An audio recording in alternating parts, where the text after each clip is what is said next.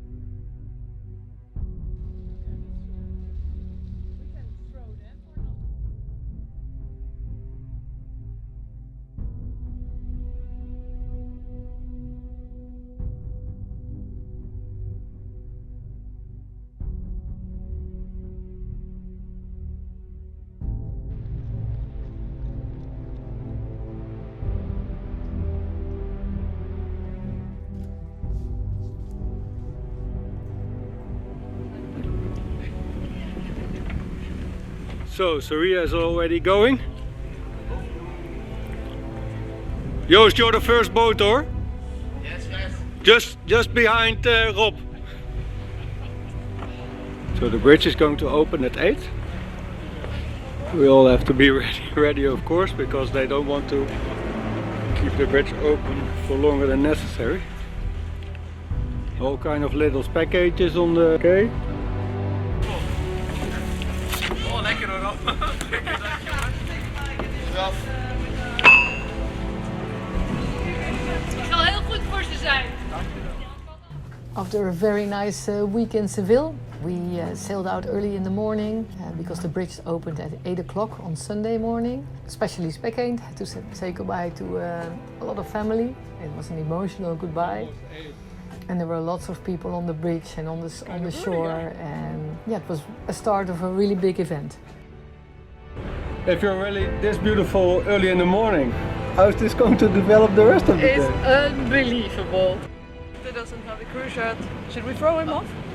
Shall we give him one? Yeah. I thought throw him off. Oh no, I know.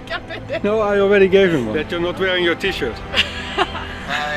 I actually did yesterday, and now I have to stop. But yeah, I'm going to switch for Great Circle.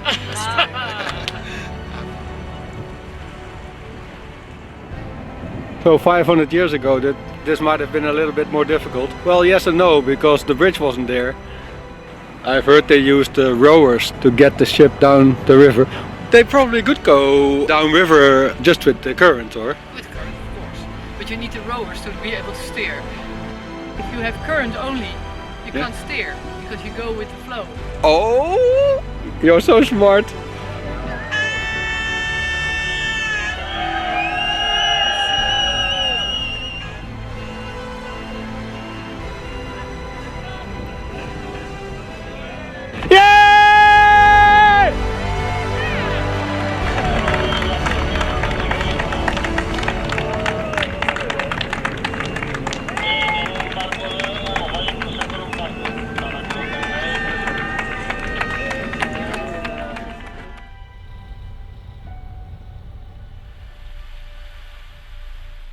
So we are waiting for a ship to enter the lock from the other side. That's why we go so slow. Are you sure this is gonna work? This is the same bridge. Well, yeah. Yeah, it's so difficult to judge the height of a bridge or a cable or whatever. But this one we crossed on the way in, so at least 20 meters or 15 meters above that. So, what do you think about Marijke's new sweater? Oh yes. Huh? Well, the odyssey of a lifetime. We spent 2 days with Victor on our boat on our trips through the river, and we learned to respect him very much. The way he handles everything, the way he takes care of all the boats, it's very impressive. So Victor, thank you very much for everything you're doing for us. What is hilarious? Well, Victor kind of wants to navigate, but he didn't even know which arm of the river to take. So we're, I was literally We're- almost in the bushes here. so we're just telling you you, have to stay on this we're just telling you, you what I'm concentrate on the communication. I'm talking with this boat. Yeah, I'm talking yeah. with the log. I'm Yeah. talking with all these guys.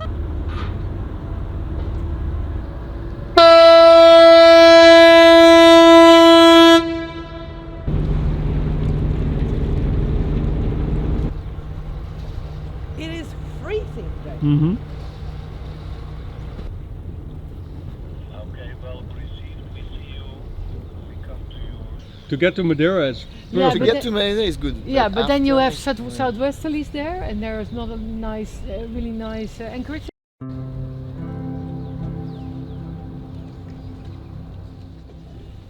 Tina, This is the exercise. I hope I'm not that heavy.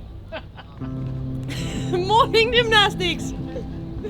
It's freezing. Boom. well. So you see the ladder sticking up there, yeah?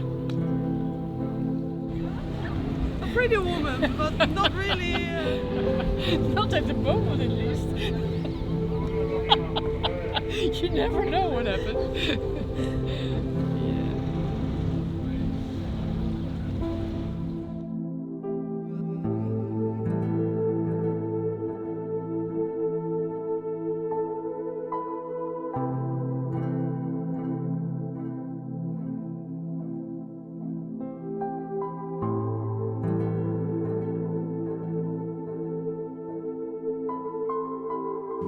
Akaroa had some cooling problems with one of their engines, and luckily Mark from Speckane rafted it alongside and he helped them into the lock. Chaps next to us. Luckily later Akaroa found out what the problem was and could solve it themselves, so they didn't need to go back to Cadiz.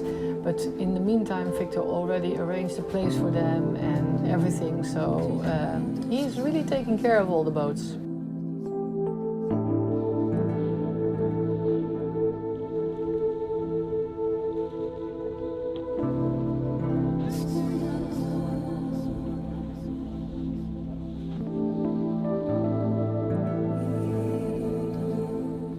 On the way back over the river it was a lot easier because after the lock everybody could have their own speed to the end of the river.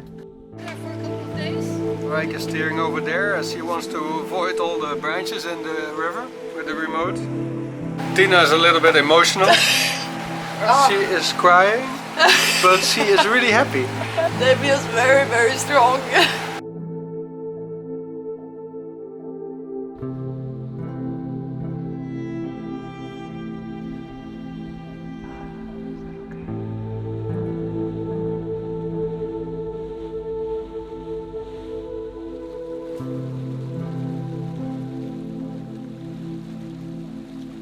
Actually, you can see whether you're going to hit the buoy or not. If the background moves behind the buoy, then it's okay.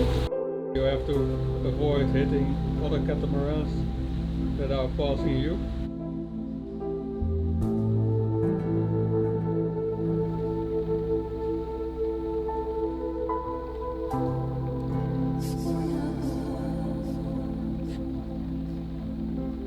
We're approaching the port of Chipiona, where there's a fuel station.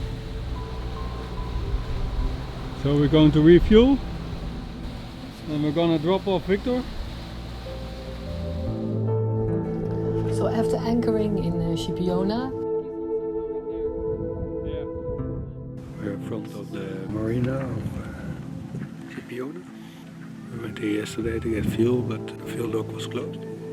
It won't open today as well. Here until the boats that are anchored a little bit of river will pass us here. So we are here in Chipiona, and the boats on the river, most of them have already started. We are still here. Inky Blue and Speckane. So we will probably be able to go at first light, which is nice.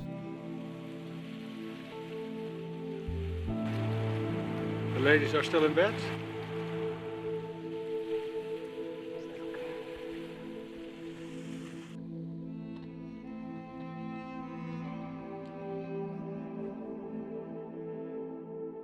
Second. En Inky Blue.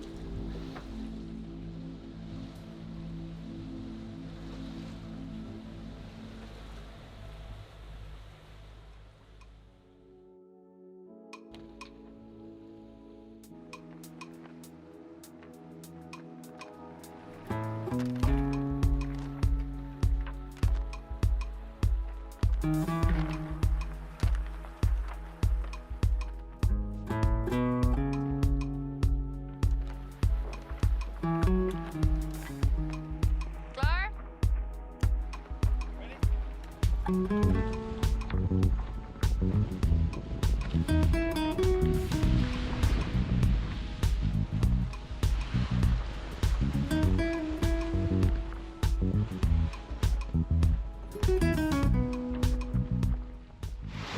So we're on our way to the Canaries now, and if I can make another recommendation for the setup and the options of the Outremer, I can sincerely say that buy this sail, buy the A2. We were at 9 knots before already, where the others were still on the engine. Nice sail. Even with very little wind, the A2 gives us a very decent speed.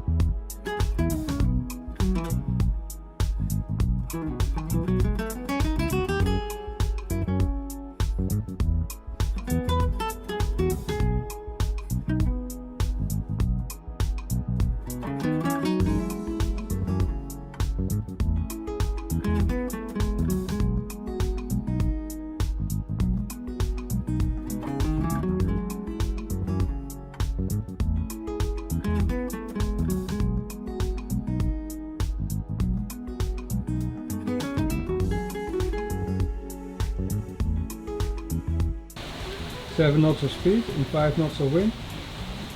Not too bad. Ships approaching there, they might be military because they're not on AIS or fishing for that matter. No.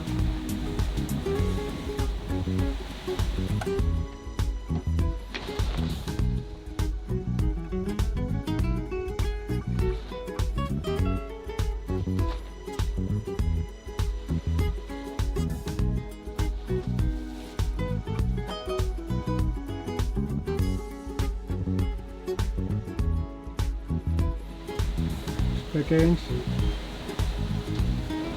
Inky Blue, Headless Joy, and Great Circle, all in a row.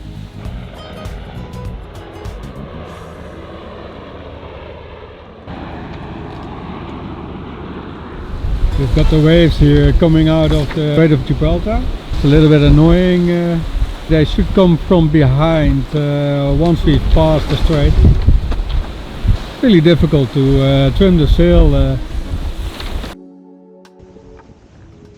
We chose to take a little bit more distance from the Strait of Gibraltar because there was not a lot of wind and the waves were very confused. And the difference between Spec-Ains and us on a certain moment was 10 miles. And I think they had 10 knots more wind and a lot more confusing waves. So it was more relaxed to be a little bit more west.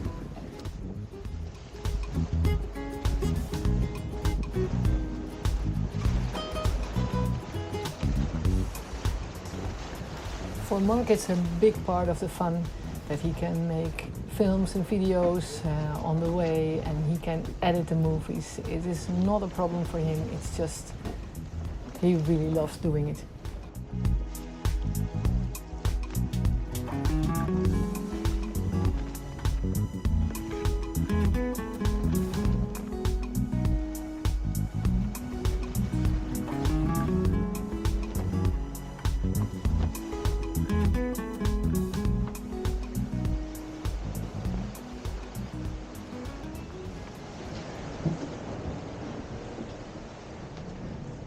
We have a game of cargo ship dodging again. Oh yeah, So Speckeind is only 9 miles to the west. They are having 27 knots and waves over their roof. Just 9 miles further to the west, closer to the strait of course. And we are in the middle of the strait in terms of how far we are south, but way more to the east. So here it's kind of relaxed still. So when we were on the VHF with Speckeind, they were telling us that their furler broke and not able to use their Gennac anymore. And just when we were talking to him, we heard something on our boat as well. So look at this. It just entirely broke off. It's supposed to be there.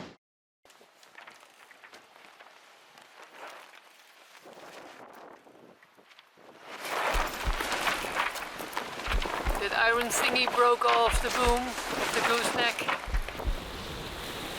It's very difficult to capture the size of the waves on the film. We are always trying, but you can never see what we really experienced.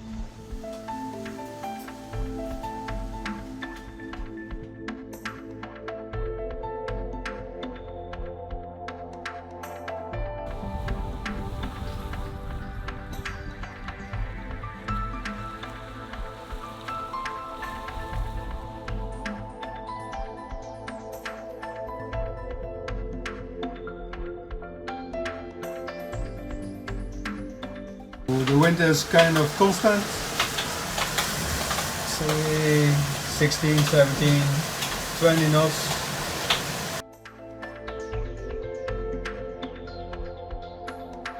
And speed is quite okay. I think it's about 10 on average in the last hour. And we're pretty much going in the right direction.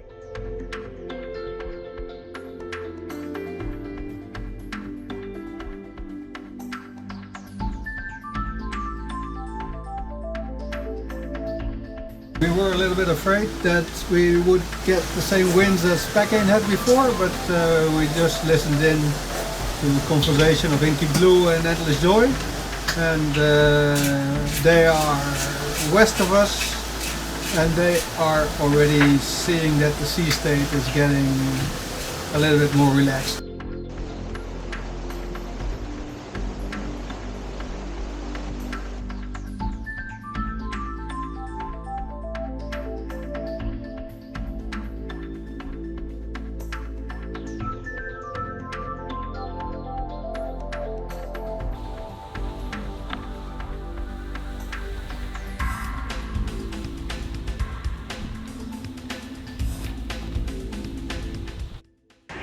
Keep up the spinnaker this night with the 2 reefs in the main.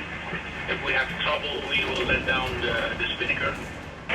We we're going to carry on like this, I think, for the night, and hopefully we can try and find a good angle for this setup. Over. It is nice to have all the other boats around you, even though you don't see them anymore. You can hear them on the VHF, you can hear what kind of choices they're making for the nights, and yeah, it gives a good feeling.